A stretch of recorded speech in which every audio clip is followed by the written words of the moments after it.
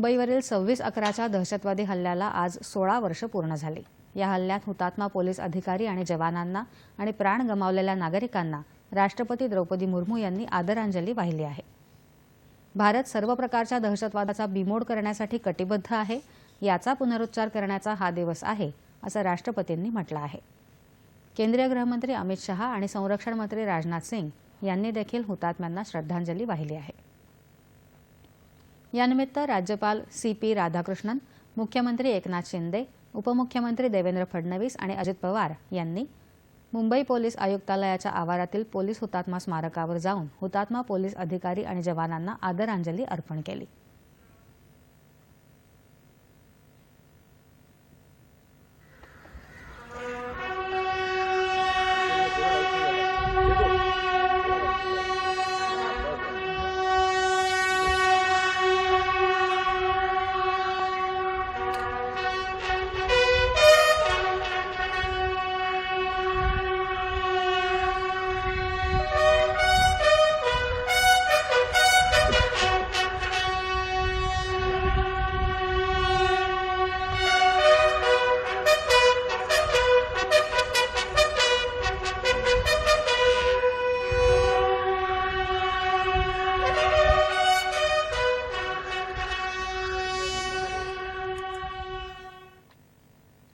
हुतात्म्यांचे जे कुटुंबीय यावेळी उपस्थित होते त्यांची राज्यपाल, मुख्यमंत्री आणि उपमुख्यमंत्र्यांनी यावेळी भेट घेतली आणि सद्भावना व्यक्त केल्या।